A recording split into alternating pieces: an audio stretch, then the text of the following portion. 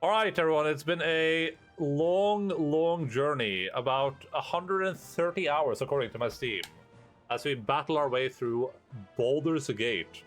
Let's quick look at something before we play before we talk about the game fully. Steam Endaline. Let's see. Baldur's Gate Enhanced Edition.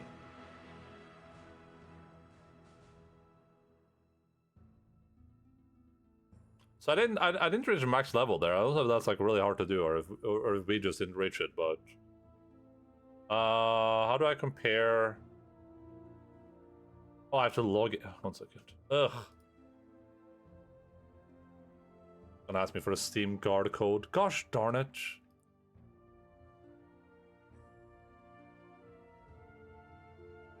Ooh, brother. Ooh, what's that? What's that, brother? Alright, here we go. Here we can compare. So I'm not sure. I don't know which ones of these I have and which ones I don't. This is one I don't have, I guess. I think these without cheesing in Sardush.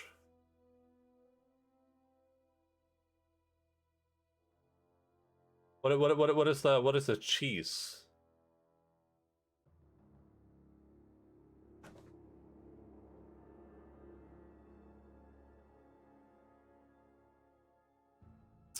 Disarm all the traps in the lower level of the wizard dungeon. Okay, so raised enough gold to higher resistance. 18% of players.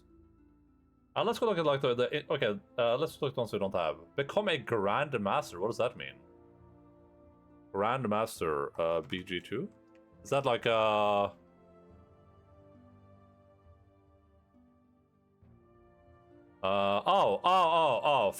Okay, so that's impossible on Paladin anyway. I couldn't have achieved that. Acquired a warrior stronghold. I couldn't do this, right? That's fighter, I assume. The Book of Casa. What is that?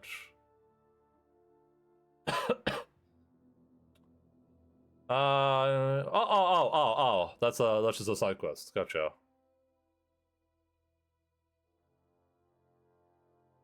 Fighter and rejects are warriors. Oh, okay. Rejects. This was just a side quest we didn't do. Just when enemies keep spawning outside walls and you can AFK grind XP and Stardust that way. Ah, gotcha. Gotcha. Monk and Paladin who didn't get their own stronghold. Only played half the game. We gotta go back. Family Matters. DG2. Oh, is this a quest? Oh, this character quest. Calderon quest, gotcha. Cool. Have a lore skill of 100 or more. I assume that's on a side character or a main character, maybe? Acquired a wizard stronghold, homecoming. Are these all just character quests, probably? BG2. Oh, that's Jan Jansen, gotcha. The Nether Scroll. BG2. Edwin. Ah. Sisters? BG2? Oh, that's Massey. That's Massey's quest. Unknown risks. Villain. Acquired a spiced reputation. Prepare to find a quest. It changes into woman. Oh.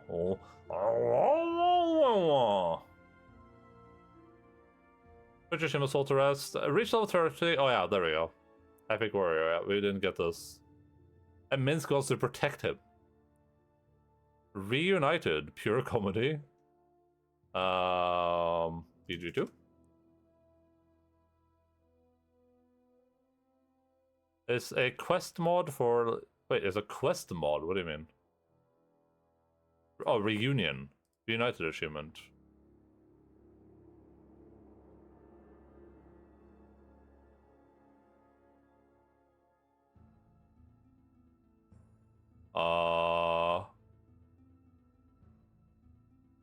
And add CERN to your party. Travel to Joaquin Promenade and stranger and inform me about CERN's family.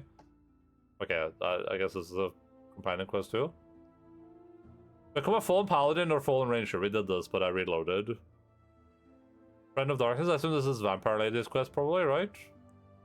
Oh, we need to go look at the other ending. I forgot about that too. We can do that too. Seized the throne. I assume this is.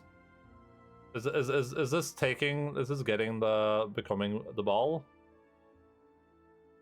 Silver Dragon Slayer. Wait, what? Oh, is this for killing? This is for killing the dragon in the other arc, I assume, right? Do you get anything for this? I guess we can make that silver dragon armor sooner because we get that later, right?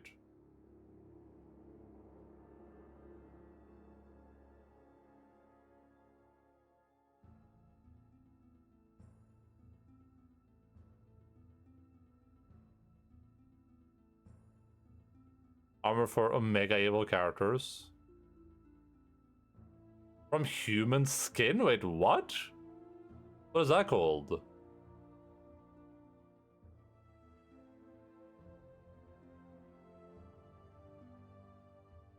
Blood of a Silver Dragon. Oh, okay, the human flesh armor. Oh, it's a quest I couldn't finish.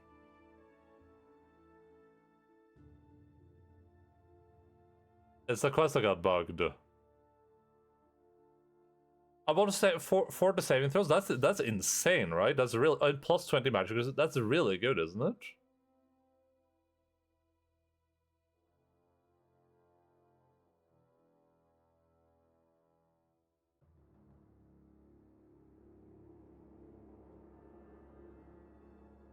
Oh yeah. Okay, let me close down a bunch of this.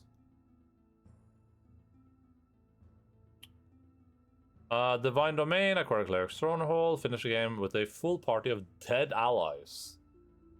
Cast them to the wish and deal with the results. We did that. Sister Sacrifice, I assume this is another character quest. Oh,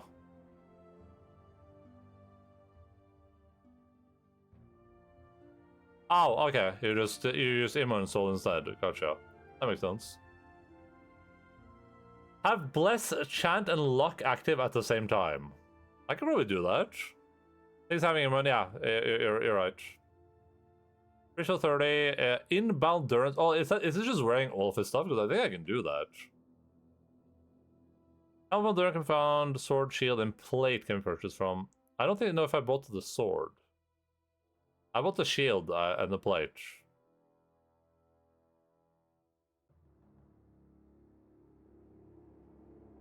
Double cross? Complete the game on story mode. Oh, okay. Complete the game solo, flying solo, damn.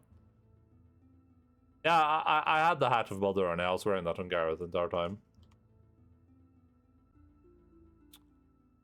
I'm sure Sound Darks are 5 and agreed to kill Solfin for Fairy. I don't know. Oh, okay. Gotcha. Whatever. Lord of Merc with the game on Legacy of Ball difficulty. Have disease, fatigue, and poison active at the same time. Damn. Worst day ever. We should quickly go look what that one ending looks like. We should be able to quickly jump in and see what the Become a God ending looks like, right? Become as gods. Snowball. Continue. Oh, there we go. Yes, of course. Ah, I forgot to move all the stuff over again. So, you are stronger than even I imagined. You are stronger than even I Your imagined. destiny versus mine. Oh, Let's finish this now, once and for all. To the victor go the spoils. Yes. That's what you sound like, by the way. Oh, I'll show you a fight.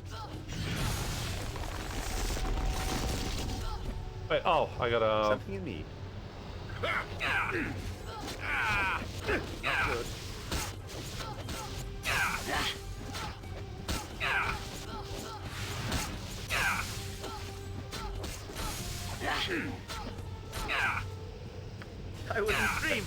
What was happening?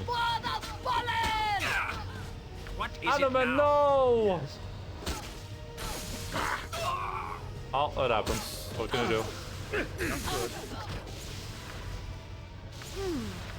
Oh, it's because I didn't Ready tab for out of the anything? game. That's what was wrong there. I thought it was stunned or something. I shall go forth at your command. How many times do I have to keep hitting her in this phase? There we go. Jesus, that took a while.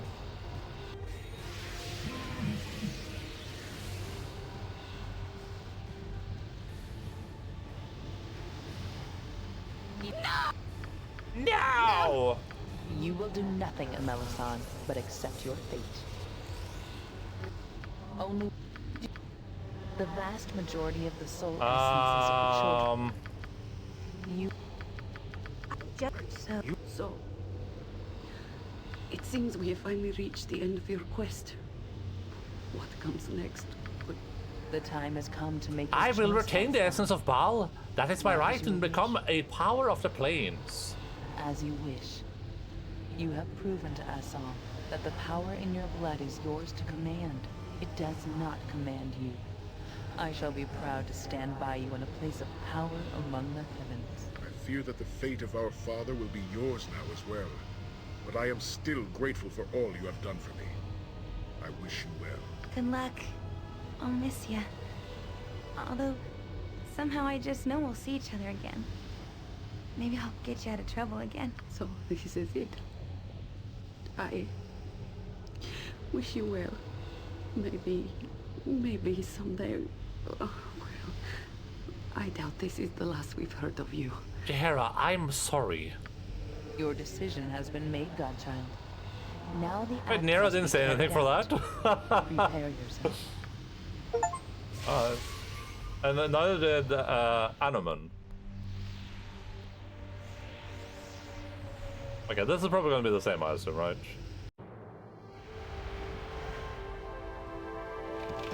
Your mortal essence fades away as you embrace your divinity. Through friends and enemies, you have conquered your heritage, turning shadow to light. And now, the infernal power of Baal no longer holds sway.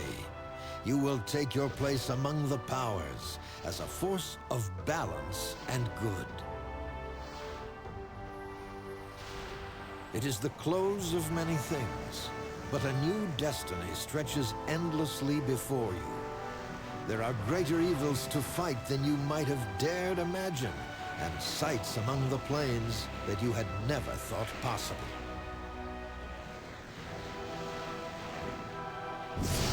In the years to come, your name shall be a beacon in times A of beacon? darkness.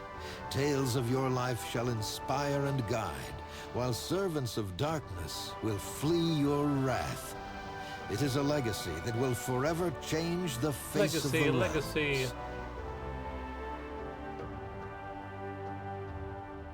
What? I mean, that wasn't framed in a bad way. I'm okay with that.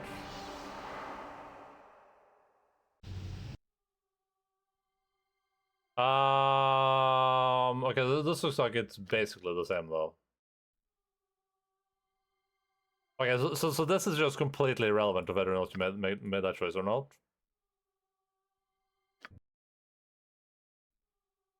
This should be different though.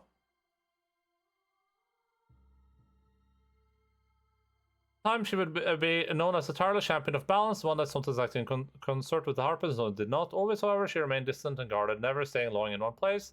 Jahara would cross the realms thrice over, but she never did return to the Tethir or the Sword Ghost. Yeah, Jahara's different.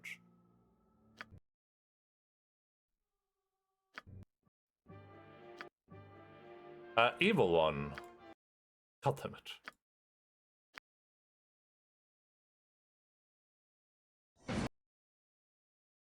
Do you have to just be like an evil aligned character to get the evil one? Is that how that works?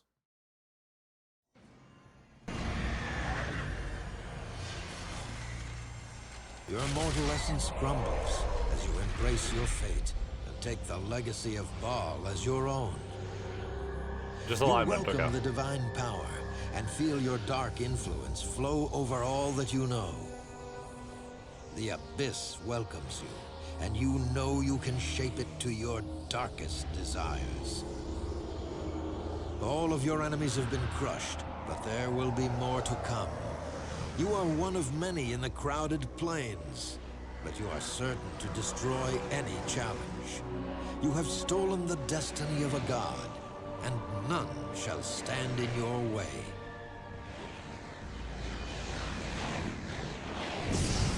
In time, all will know your terrible name.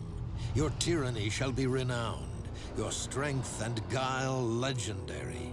You are the Ballspawn, Lord of Murder, and the mark you have carved upon the realms shall never fade.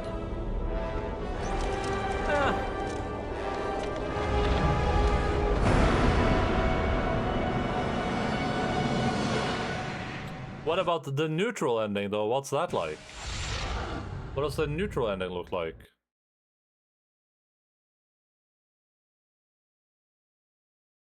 Mortal is canon, of course. Well, yeah. I mean, that's I picked that, so of course that would be canon. Nothing else would make sense.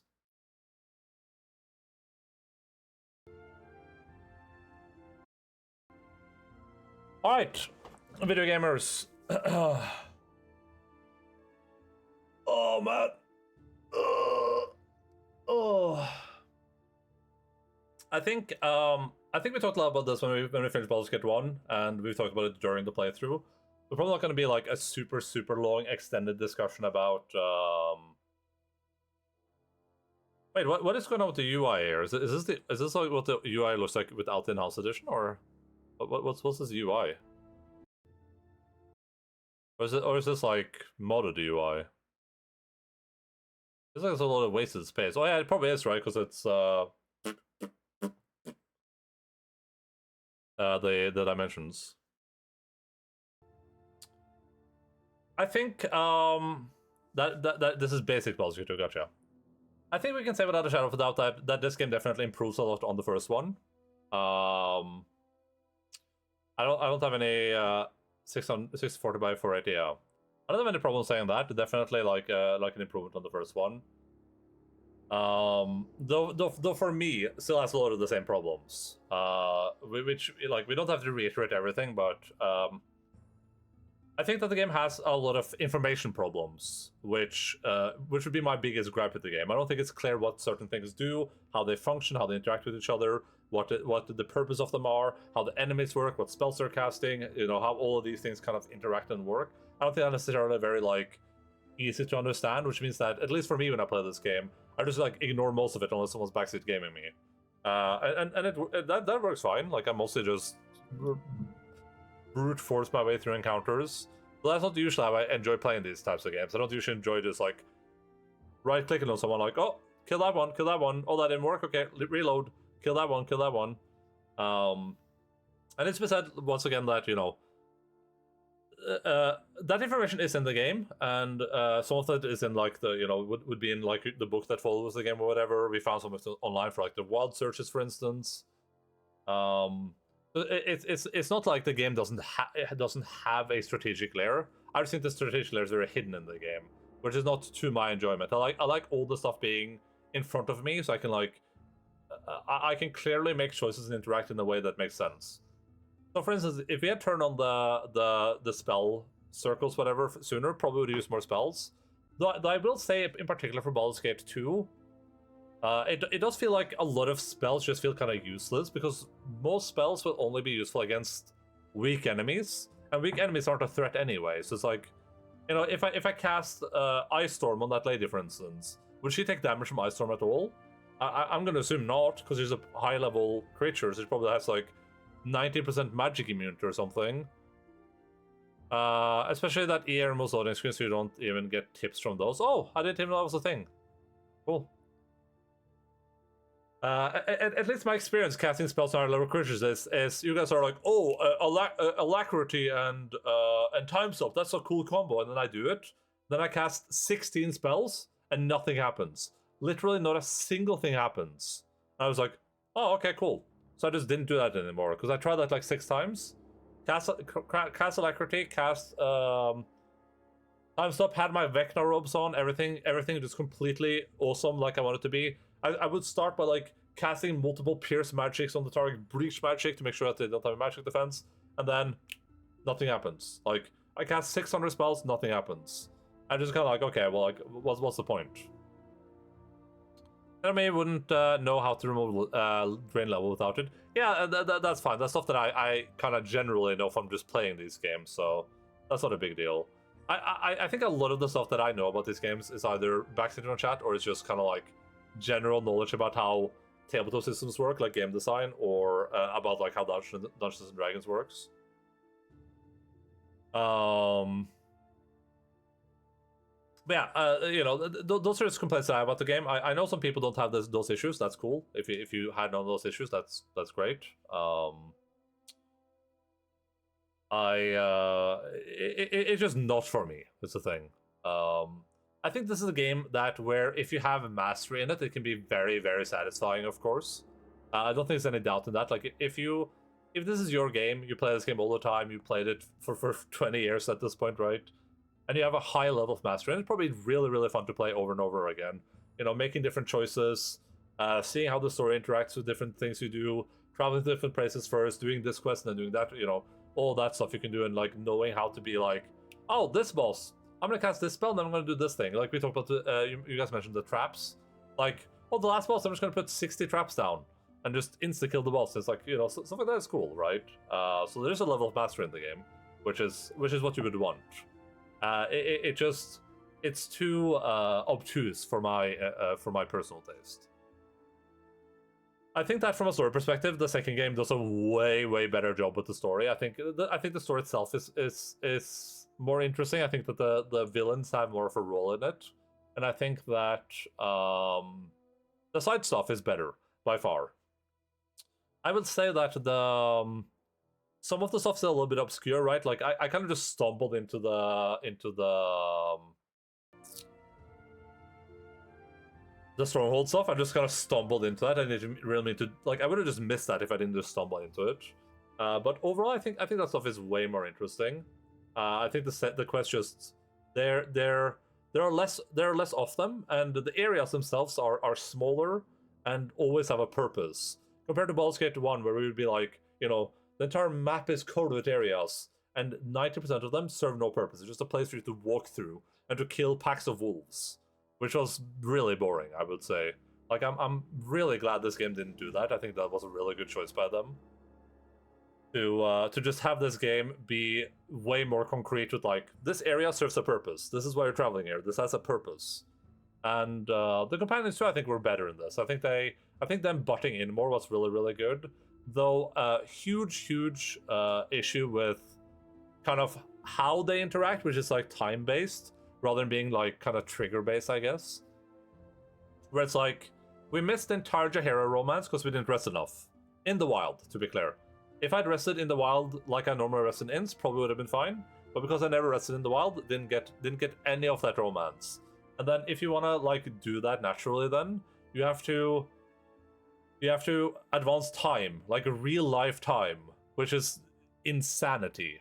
Would have been fine if those triggers were normal, like if just resting in an inn was fine. But the fact that it's like, no, you have to rest outside an inn to get these interactions, despite the fact that they have nothing to do with being outside an inn is really stupid, I think. I think that's just like bad game design. Because I think it relies too much on I think it relies too much on play style in a way that isn't necessarily explained, and especially for a long game like this. We have games like Signalis that also do things with play style, where like things happen depending on play style. But that's a short game. That's like a 10-hour game. This is like a 100-hour game. So you know, to learn some of this stuff, like let's say we time travel back in time and we're playing this game in 2003 or something. If I was to learn something of this stuff by myself, I would actually just kind of randomly stumble upon it, or be like, "All right, I'm gonna try to romance Jahara now, and I'm gonna just wait in the wilderness for 24 IRL hours." Right? It's not good. I think the interactions itself are good. How you trigger them, really bad. And I would say the same thing for the end of the DLC here. I think the DLC was really good. Probably like maybe my favorite part of any of the games, just because it was very concise. Just very to the point. Like there are 5 ball spawns. You have to go kill all the ball spawns. There's no like fluff in between. You just go do your thing, and that's it. which I enjoyed. But and maybe because I thought Irenicus was not a very good like villain, I guess. I didn't really care much for Irenicus. He seemed like a really stupid villain, where his entire thing was like he did something really evil, and then he got upset because they banished him for being evil, and then he did more evil to make up for the fact that he did evil stuff to take revenge on the people that he did evil things to. Just felt a little bit circular to me. I was kind of expecting it to be like a John Irenicus in Celis. I was kind of expecting there to be some sort of plot twist where I was like, oh no, actually he's like a good guy or something. You know, what he did was he was banished because he did something bad, but he did it to help everyone or something like that, you know what I mean? But it kind of turned out he was just an asshole. But I will say Sarevok Redemption Arc, 10 out of 10. Love that. That's a super... I think that my brain fits in the pieces there to make that good. I don't think in the game itself it's very good, but I think that my brain can kind of like... I can kind of roleplay myself traveling with Sarevok after giving the soul back, having more conversations with him, sharing my faith that he won't betray me by giving him the choice to be a better person, and then kind of like intersecting that with the story to make up my own story there, which I think works. I think that was really good. That's probably my favorite part from all the games. Sarevok Redemption Arc, didn't see any of it coming at all. Never thought I would see Sarevok again, first of all. Didn't think he could join the party, and never thought that I would have the ability to turn his alignment. That's really, really cool. And even the like prologue for him is cool, I think. That's really cool stuff. I expected something like Illidan from Warcraft 3 for Irenicus. Yeah. I expected something where it's like he did something bad, but he maybe did it for good reasons or something, but it's just no. He was just a power-mongering crazy person. And then he got banished, and then it was like, I'm gonna take revenge on the people that banished me. It's like it's not a good villain motivation, I don't think. It doesn't like they try to frame it as if you're supposed to kind of like feel sympathy for him or something, but I feel no sympathy for him at all. He just ended up being like another bad villain to me, which you know, could have been no better, I guess. Even Bodhi, I don't know, it didn't feel very compelling. But character changes are great. Few characters have that, like Animan or Viconia. Oh yeah, Animan too. Oh, can you also turn Viconia's alignment? Is that a thing too? Yeah, Animan was cool too. I like that too. That's a really cool turnaround. Can you also so you can also make Viconia not be a bad person? You can become good. Oh, that's cool. It's too bad I didn't really have like any room in my party. Do you turn her just by like hanging out with her, or? I guess that's why. I guess that's why we went from this to this. From neutral to true neutral. It's not possible. Oh, you have to romance her.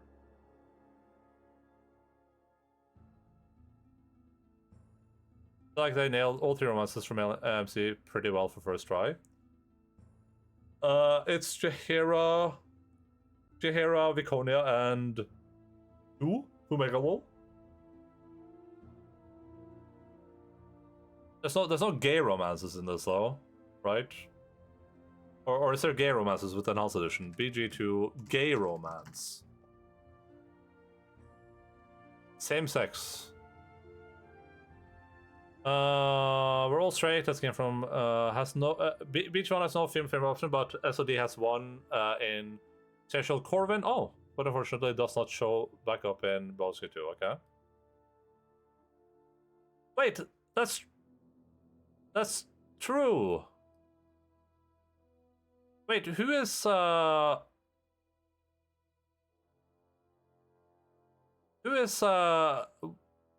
what happened to Dagger Girl? Do I not remember? Isn't the end of Baldur's Gate 1 Siege of Dragonspear that the girl gets stabbed with like the super dagger, and then her soul is trapped in the dagger or whatever? Did we do nothing with that? Did that not happen? Am I what's the name of the chick that gets stabbed?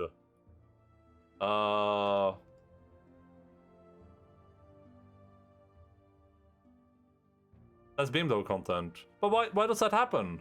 Never happened? But why did they make that happen? It wasn't relevant to anything. Sky.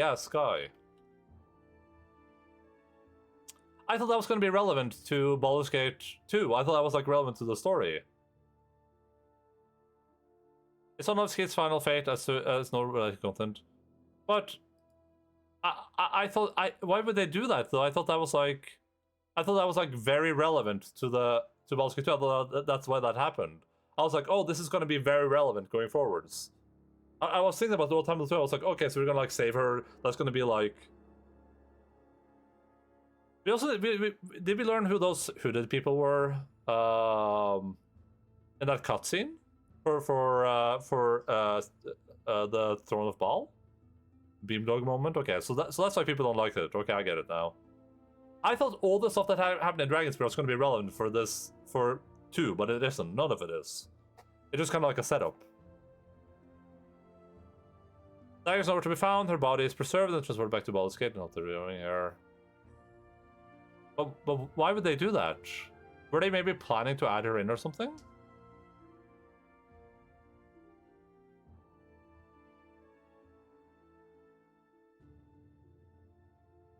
Dozen people, 5 ball spawns. Oh, it was them. I thought, but they didn't look like themselves. They were just like old men, though. There was hooded old men. Also, the hooded man is Irenicus. Wait, is that the connection? The guy that stabs, Ski is Irenicus?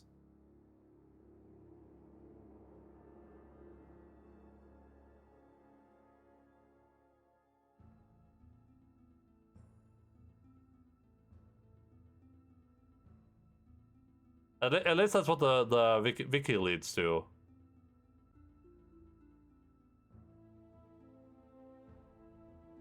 I don't remember Dragonspear. John Irenicus, Siege of Dragonspear.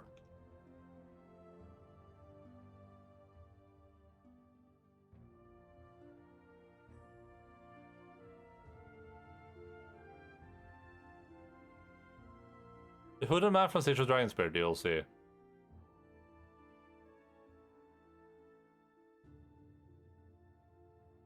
Oh, it is John. Okay, it is supposed to be Irenicus. Gotcha. Okay, I guess that's not a connection then. That's pretty stupid, but whatever. I was gonna say this too. Viconia from Baldur's Gate 1. Viconia from Baldur's Gate 2. This character you can't turn good. This one, on the other hand, there's a chance.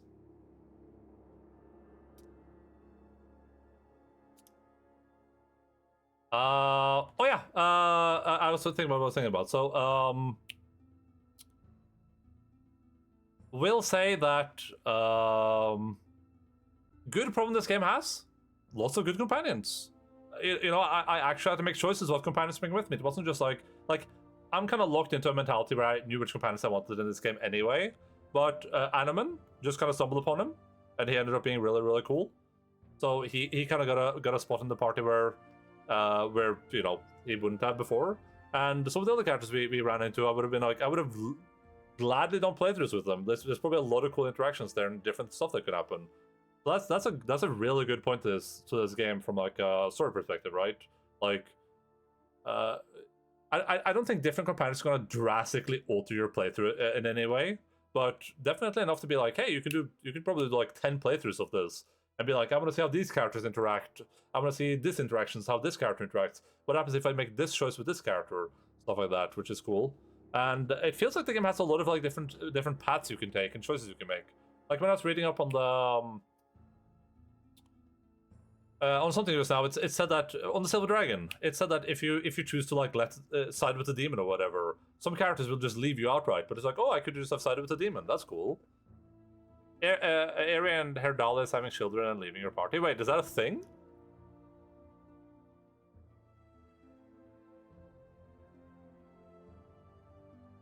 Yeah, I think that's actually yes. Okay, that's cool though. That's also cool. I think. Like I would never have like I would never have supposed to have child with Ari and TOV. Wait, really? I can have a child? Like, do we see the child at any point, or what happens if you become a god? Is it like a god child? But isn't that also just a spawn of Baldur?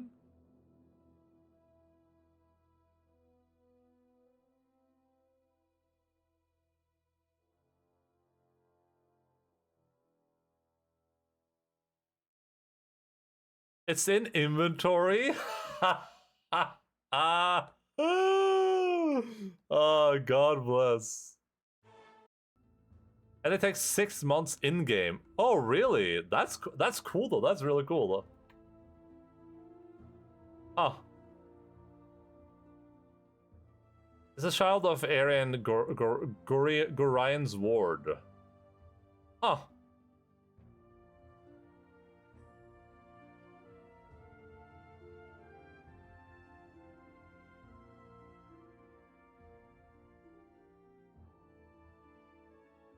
Quayle?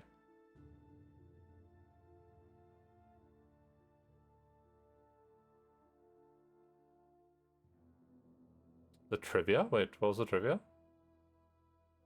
CERN's baby.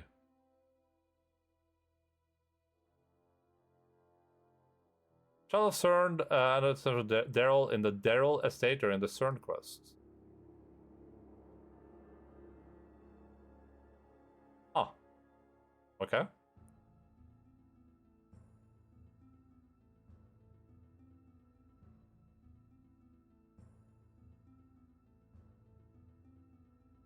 What about the character? If you talk about EA plus SOD game version, if you have SOD save. CERN has the worst stats of all companions. Untrue. The facts are.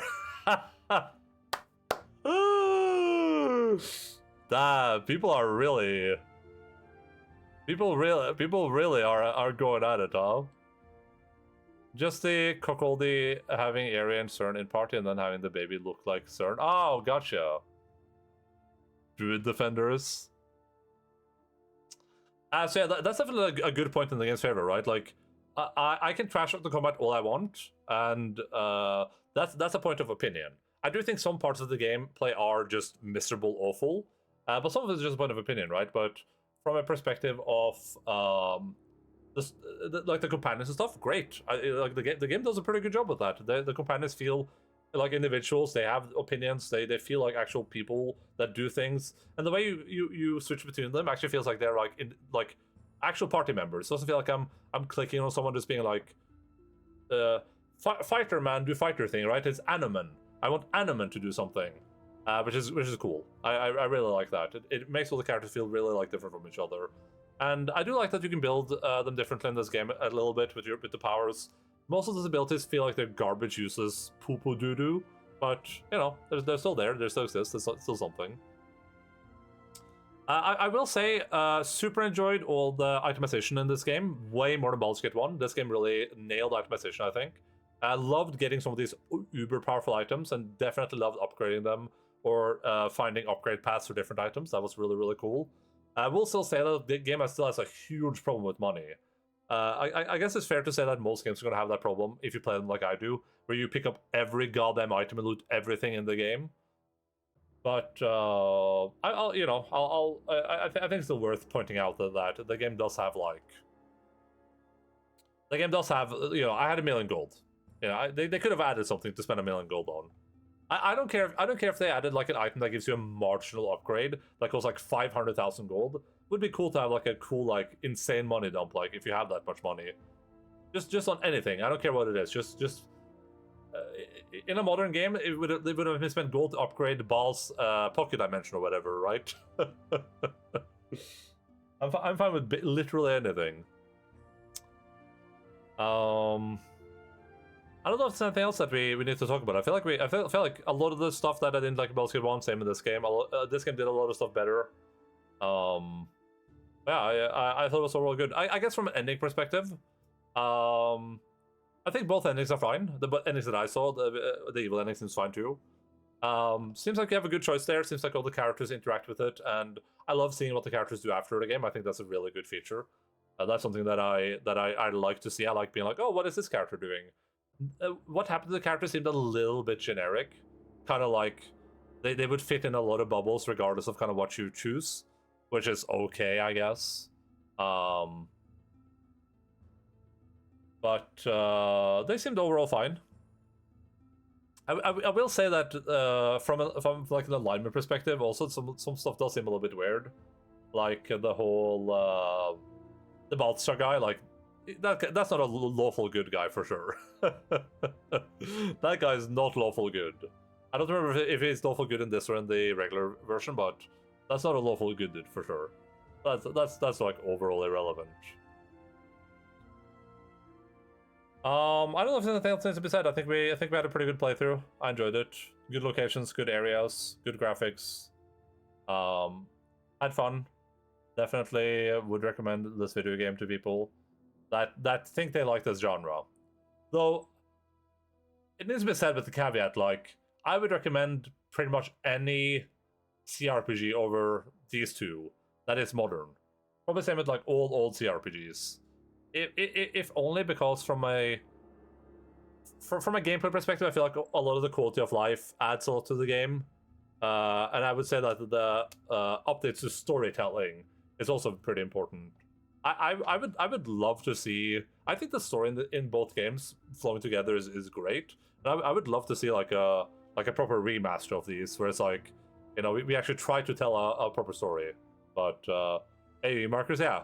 If I'd played with AoE markers always, that would have been great. But it's not just stuff like that, though. It's a lot of stuff. It's like inventory management, equipment management, information available to you. You know, stuff like Kingmaker, where I can like do a recall knowledge on a monster, be like, let me see if my character knows anything about banshees. And I can like click on them and get information about them. Where it's like that type of stuff I think is cool. Where this game almost feels like you're incentivized to have like your guild master, like your bestiary in front of you, your advanced, be like, all right, banshee, okay, this thing, that thing, okay, cool. That's kind of what this game feels like a little bit. Just a lot of stuff like that. Pathfinding not so bad in Enhanced Edition. It was pretty bad, but like I guess it felt slightly improved. But straight up ass poo-poo doo-doo in Baldur's Gate 2 at least. I don't remember if I was too frustrated with it in Throne of Baal, but man, in 2 that was awful. Genuinely one of the most frustrating, awful, garbage poo-poo parts of the game. So yeah, I think that's like pretty much where we're at with it. We have it right here on our list. We played this game for 124 hours. Pretty reasonable. I don't know if this time was with DLC or not. Probably not, I would assume. Suggested by Sif. There we go. I'm so glad Sif was here for this entire playthrough. All right. Rating system as per usual. 10 flawless masterpiece. 9 everyone should play this. Great experience worth playing. For 8, 7 good play if you like the genre. 6 alright play if it sounds fun. 5 average. 1 to 4 avoid at all costs. 1 to 4 is probably a bit more nuanced than that. But if I give a game a 4, I don't like. There are so many other games you should probably play before you play that game. Have you given any game that low of a rating on this list at all? What's our lowest game rating? A 4.9 for Sinking City, and this game we had a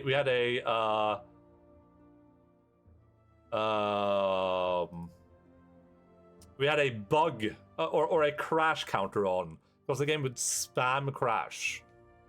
So that's how bad a game has to be to reach like below a 5. Okay.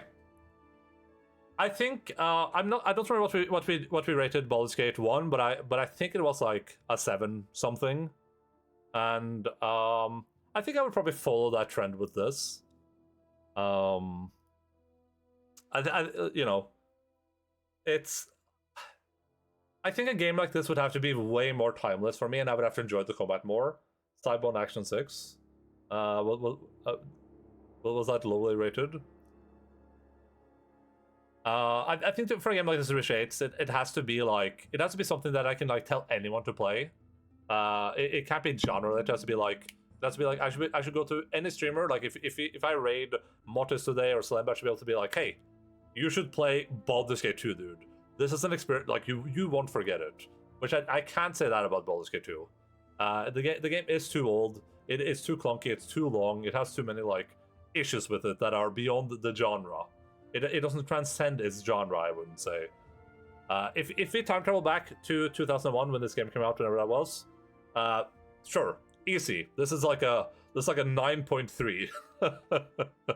But we're currently living in 2024, so I have to judge it as a 2024 game.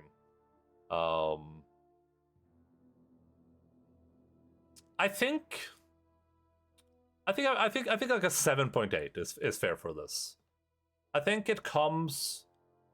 I don't think it skirts the boundary of like I would almost recommend this to people, but I think it comes pretty close.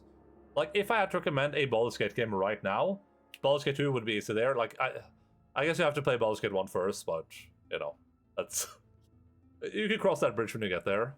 But I think a 7.8 is pretty fair for this game for what it is, for modern times. Important to say, like I was bored at some points during the games when it's kind of just like you're just in a dungeon, just me clicking through enemies, just looting everything, clicking through enemies. But for the most part, I was entertained, I was engaged, I enjoyed the story, I enjoyed what's happening. So I think a 7.8 is pretty fair. Not quite at like everyone should play this. I would recommend this for everyone, but definitely at like if you like the CRPG genre, if you like old CRPGs, easy recommend. I think for old CRPGs for sure. If you somehow haven't played this and you like those games. Critic rating 7.8. So we're literally like right on critic point there. Oh, cool. Let's see how we compare this to Baldur's Gate. Alright, 7.3. Yeah, cool. This is weird. Critics gave both of these editions a 7.8. I guess I should add Enhanced Edition. Enhanced Edition. Critics gave both of these a 7.8? That's something insanity to me. Baldur's Gate 2 feels so much better. Well, I guess the pathfinding might be worse.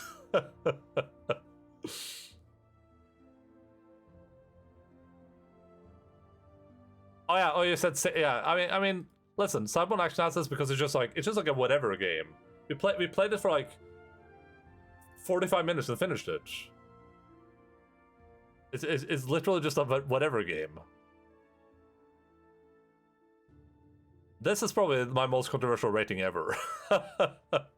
This is probably by far my most controversial rating ever. By a mile. Man, I can't believe we're done with Baldur's Gate 2. We played a lot of long games this year. This is like, seems accurate to me. That game has a 9. That game is one of the most critically acclaimed games ever. You realize that, right? I don't call that has a difference between your rating and critics. We could. I don't want to spam it up too much, though, but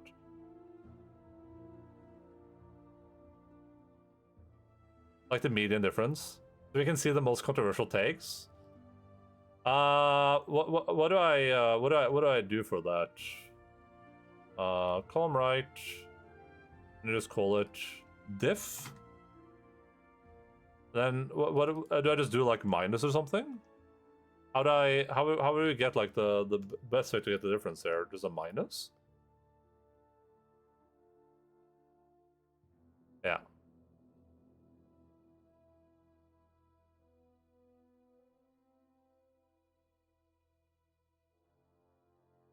Oh, it doesn't like you finished BG2, yeah.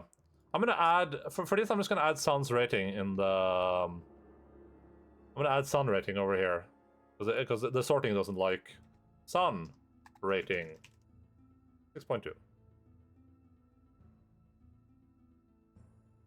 Sun rating. We need to play. We need to finish up the last game at some point.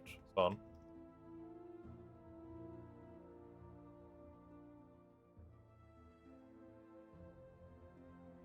Sun. What last game? The last Dark Pictures Anthology game. Sun rating.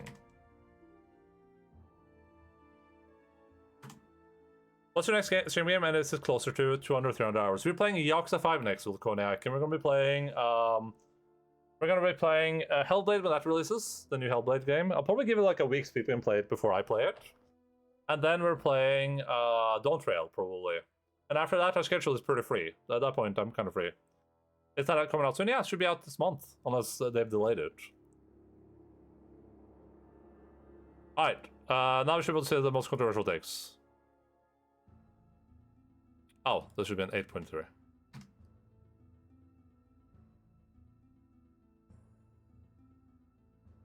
Don't try on stream. Oof, gotta avoid the server. No, I don't think so. I mean, the vast majority of people are probably not gonna watch me stream that to begin with. I'm gonna stream it on a very regular schedule, so no one's gonna be posting spoilers anywhere.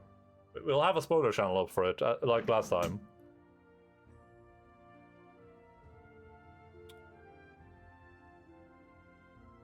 You don't gotta worry about that.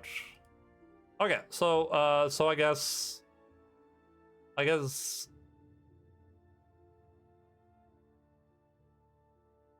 positive means that I rated it better.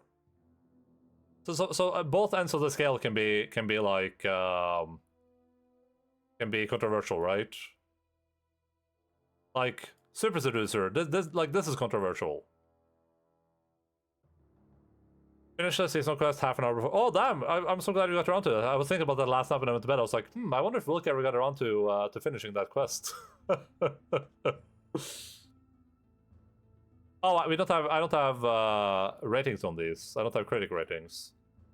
I'll fix that later. I'm not gonna do that now. So milk inside a bag of milk, inside a bag of milk. That's pretty controversial. I didn't think too much of the first game, but I rated the second one pretty well though. Persona 5 Royale, no surprise there. Helltaker, I thought it was just another like whatever game, but this is free, so I get the rating, I guess. Journey, yeah, that's I get that one for sure. Titanfall 2, I will live and die on this rating. Tin Can, that's also, I mean, I don't think this is very controversial, but what remains of Edith Finch? I didn't like that much either. A Way Out, this is not controversial at all. Sinking City, should not be controversial. Draugen, not controversial. It Takes Two, maybe a little bit. What are like our positive controversials though? Super Seducer Strike, I can see these two being very controversial. Little Misfortune, like this is the critic rating for a game. That seems insane. That's why you don't ask Enda for game opinions. I think everything in the middle there is pretty good.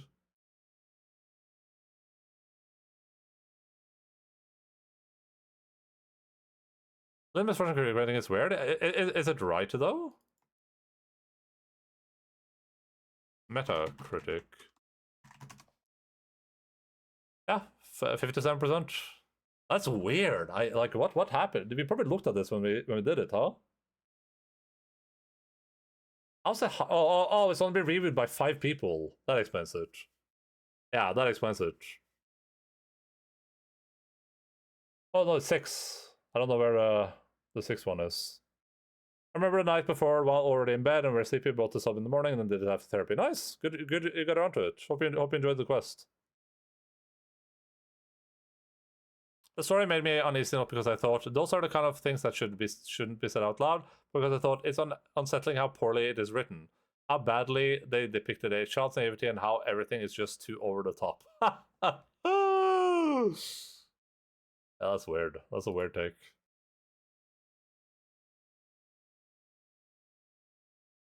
What are those sites even? I mean, I guess they're sites that reviewed Little Misfortune. Riot Pixels. It was fine, but it kind of short. Didn't even have any fates. Just one battle. It was a good battle though. Indie Games website. The Indie Games website. David Gris at 100. Discolissimo 100. If found. Damn, these guys are spamming 100s. Council got 190. Say the Spire got a 90. Say the Spire is in the 100, but Gris is? Weird, okay. Sunless Skies, sure. These guys are giving a lot of 90s. Yuppie Psycho 90, sure. I mean, I would probably give like I'd probably get like a 9.3 or something. This is not a 90. Also, this is not an indie game, but sure. Pathologic 290, okay. Void Bastards, I play this. This is not a 90 game for sure. I don't think Void Bastards is a 90 game. It was decent. It was very like repetitive though, and I don't usually get finding games repetitive. Dude, these guys giving us so many 90s. Holy crap, bro. Okay, finally. And now we're just up to 80. Oh, they probably rate from. No, they don't. Oh my god. How many games have these guys reviewed? What's the next game on the list? It's called Yakuza 5, Wonkachu. I don't think you've heard of it. It's a niche indie title.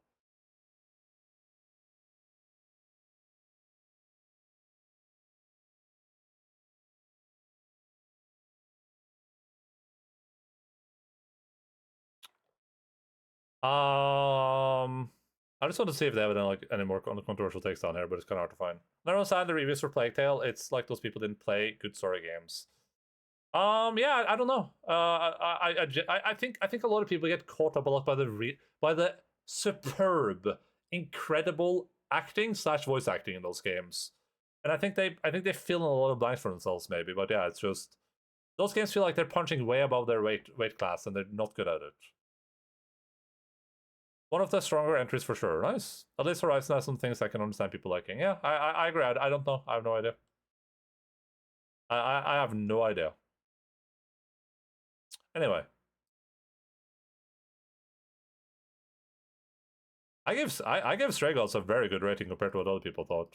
I probably overrated it a little bit, but I still remember it though, and I was humming some of the songs yesterday, so I'll make two. This one. I'll die on this hill. This is an easy one. This is an easy 9.9. This is the most 9.9 I've ever 9.9'd. Horizon Zero Dawn, they gave a girl bear. No. That was in. They didn't do that before the other game. Whatever. West Horizon. New Frontiers, whatever it's called. Ghost of Tsushima. Damn, look at my rating for this. On point. Red Dead Redemption 2. 2. 9.7, 9.7. Forbidden West, that's the one, yeah. Alright, let's put it on our list. I can't find it, though. Let us know in Discord. Okay, can I look at the box, please? What if I just want to look at the box, though? Yeah, I have to refresh, I guess. Baldur's Gate 2. Oh, is it this? Oh, there we go. Announced edition. I played the sequel, but Halo looks really good. That's like one of the few things I like about it. Damn, we're almost halfway through the year and that looks slim. Yes. That's a slim list of games. I don't remember what I scored Dragon's Dogma Dark Arisen, but this is a bit of a weird one. I think it was okay, it's okay. Finish this last week. Yeah, it's one of those games I definitely want to play because I do like what's her face, Chloe Price, Ashley Birch. I think she's a very good voice actor.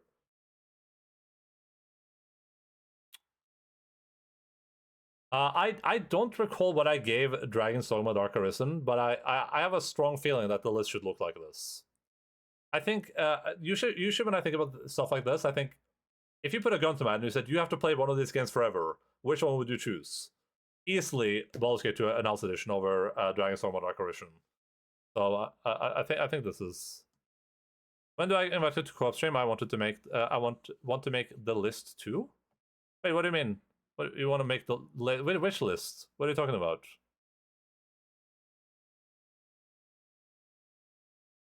Down page. The Wilkie score? Wait, oh, for this? For like the Sun score here? Sun rating? What games would you like to co-op? If you have any good co-op game suggestions, you can throw them in the bag.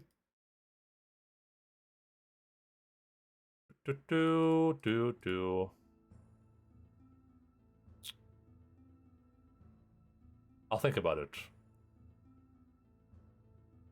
Alright, video gamers. We have an impressive list of video games that we played so far this year, as you can see. Last year, for reference, we played 41 games. This year, we played 5 games. Everyone who recommended a game should have added a score to it. That could be cool, yeah, that could be cool, have like a spoiler tag rating. Like, this is what I rated the game. That's actually a really good idea, I like that.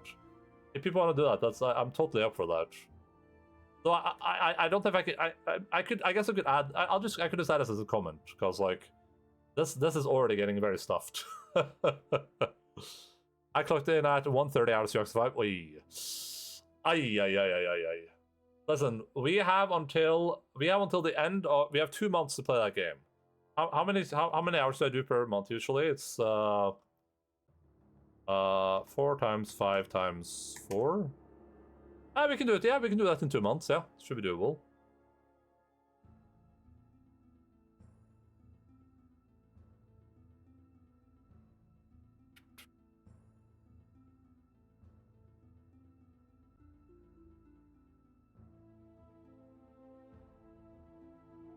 So much stuff going on with this goddamn list, dude. Has this gotten delayed, or is this still releasing?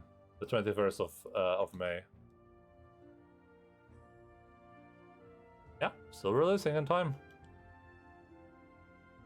Probably like 15 hours of idle time included in that, though. Yeah, that's not too bad. We'll see how long it takes me.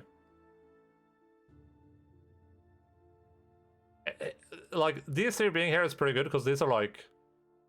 Elden Ring DLC, we're gonna play that this year for sure. We're playing Dawn Trail, that's gonna be very irregular streaming. And then we're playing Hellblade. Hellblade is happening before Dawn Trail. Maybe in the middle of Yakuza 5, maybe after Yakuza 5. Dungeons & Dragons Shadows of Mysteria is a quick and fun co-op game for 4 people. I recommend it at some point.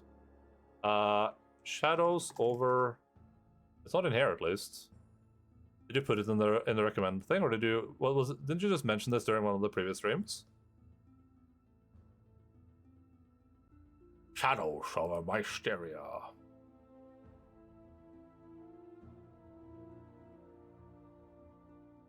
Ew.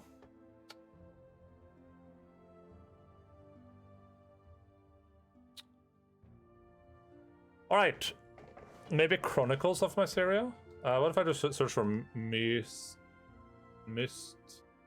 Aria? Yeah. Oh yeah. Here, it's I have a Shadow. So it's Shadow over Mistara.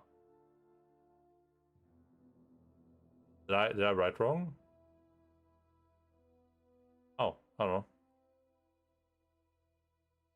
I sure hope it's just a Dark Souls. I mean, we've played Dark Souls. I can give it a proper score.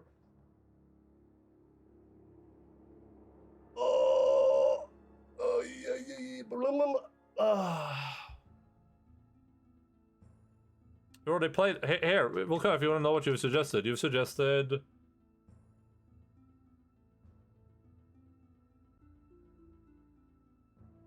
We go from here to here.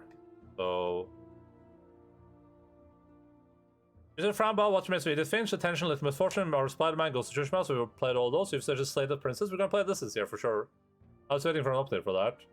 This is Final Fantasy 7 Remake. We already played this. I guess I just have a score on it. But it is underplayed. Mass Effect Legendary Edition, Kena, Resident Evil 2, Witcher 3, The Sims 4, Harry Potter Quidditch World Cup, Sekiro, Skyrim, Overwatch, Among Us, Dead Signal, Neo, and Hatoful Boyfriend. I made the list. What, with suggestions? Voin. Voin? don't see any one Kaiser. Oh, it's one. There you go, yeah. Yeah, right here. On Planescape Torment, yeah.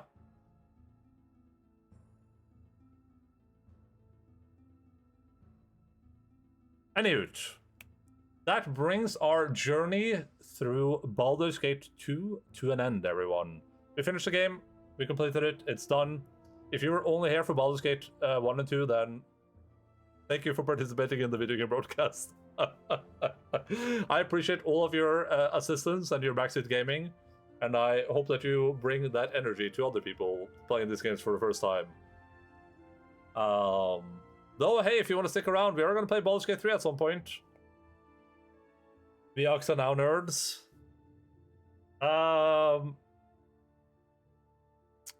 I've enjoyed this journey. I think Baldur's Gate 1 and 2 have been a really fun journey to go through. I do like when I don't talk much about this, but it is fun to see how many people enjoy those games. Like the people that just jump into the channel because these are the games.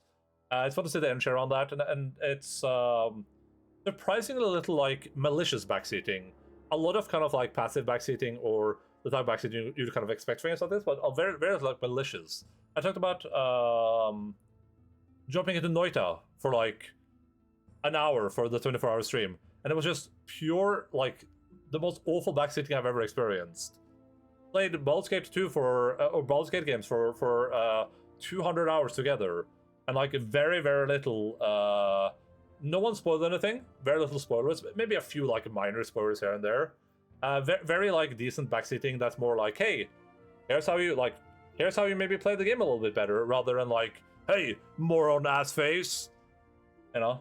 So overall good. I'm saying all my backseating for Elden Ring. Oh god. Well, I've already played the base game, so. Only spoilers from that video. True, the video did spoil. Yeah. So like, Baldur's Gate community really good. I only played this. I only played these two because I wanted to go into Baldur's Gate 3 with like as much information and background information as possible. So I'm on both sides of the conflict. I know some people hate the games because they don't do the previous games justice. I know some people hate them for other reasons. I know some people say you don't have to play this game. Some people say, hey, if you do, then you get some information. So I just wanted to go in with as much information as possible. That's the main reason I played these. I just wanted to go in, and then I don't want people to be like, well, if you played Baldur's Gate 1 and 2, then you'd get to this. I didn't want to be in that position. I just wanted to be in a completely perfect position to be like, I've played the previous games. I know what I'm getting into. I'm at the threshold now. So I'm excited to see what that will bring eventually. We're playing that this year probably, though. At the rate that this game has been going, like we played 5 games. You want to be a perfect hater. I want to be able to like have an opinion on the game that no one can just like be like, well, you wouldn't have that problem if you just played Baldur's Gate 1 and 2, you know, stuff like that, or be able to be along with people that don't enjoy the games because they played Baldur's Gate 1 and 2. I'm 2-year Baldur's Gate 3 stream. Yeah, I mean, who knows? If I'll reiterate this because we're at the end of the game, so we're at the end of the game. I did mark these with like X's. These are just markers for. I think this shouldn't be an S anymore, but these are just markers for Discord and Steam. So I remember which games I added last on those. All the X's here are like games that I'm thinking about playing at some point. This is not to say that these are coming next. These just games are in my head. When I look at this game, I'm like, oh yeah, I want to play that. With the Baldur ones being the ones that are like basically guaranteed, I think. So we can remove the X from this thing. This is probably a bold one. Like we're probably playing Save the Princess. Pretty sure we want to play that. That's not a long game though, so. I love Peace Walker. Yeah, the only thing with these is just that I have to set up my PlayStation 3 for them. That's the only problem with this. That there's just a barrier there where I have to do a lot of work for it. So that's why they're not being played right now.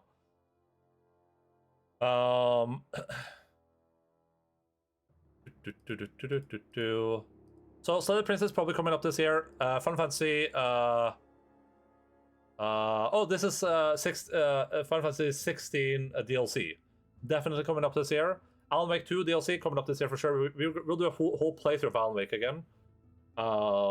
to see what new content they added for the New Game Plus. That's like the true ending or whatever. No idea what that means. Definitely playing this game. This is going to be like a one-stream game. Elden Ring DLC definitely this year. Dawn Trail definitely this year. Lost Records, Bloom and Rage probably depends on how they review. This is another Don't Know the game, so it's probably going to be some goddamn gay-ass video game that I'll love the hell out of. Spaceman 2, a little bit dependent on how it reviews, probably playing that this year too. Rise of Golden Idol, 100% playing that on release if it releases this year. Frostpunk 2, definitely something. I probably demote this like a regular X, just because like I don't know if I'm eager to play this literally when it releases. And probably the same with Star Trucker. There's also a game that's like I can probably wait a little bit with that without feeling too bad about it. Everything else here, stuff that I definitely want to play. The Oxford games are always on the priority, so that doesn't really matter. Returnal, Days Gone, definitely games that I'm like thinking about playing, though they're pretty long. Hades, I'll probably capitalize this one now. I want to play this before the second one releases. Play Hades 2, I gotta play Hades 1 first, my dude. Baldur's Gate 2, definitely I capitalize X, that's an easy one. Max Payne franchise. Last of Us Part 1, Deathloop, Life is Strange franchise, 13 Sentinels, Chained Echoes, We Happy Few, Marvel's Midnight Suns, Pacific Drive. We're playing this one for sure this year, no doubt. And this one too. Banishers, definitely want to get around to that. That's also the new Don't Know the game. Oh, yeah. If you're curious what games are like circling in my brain, these are the games that are kind of like going through my brain right now.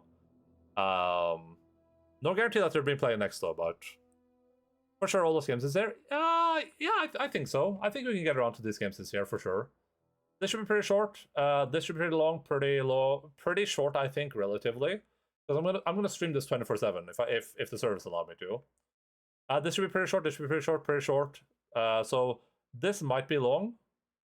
This should be short. So long. I would probably say long hair too, and then the Oxford games vary. So I think we can get around to these this year for sure. Should be doable. We'll see though. I'm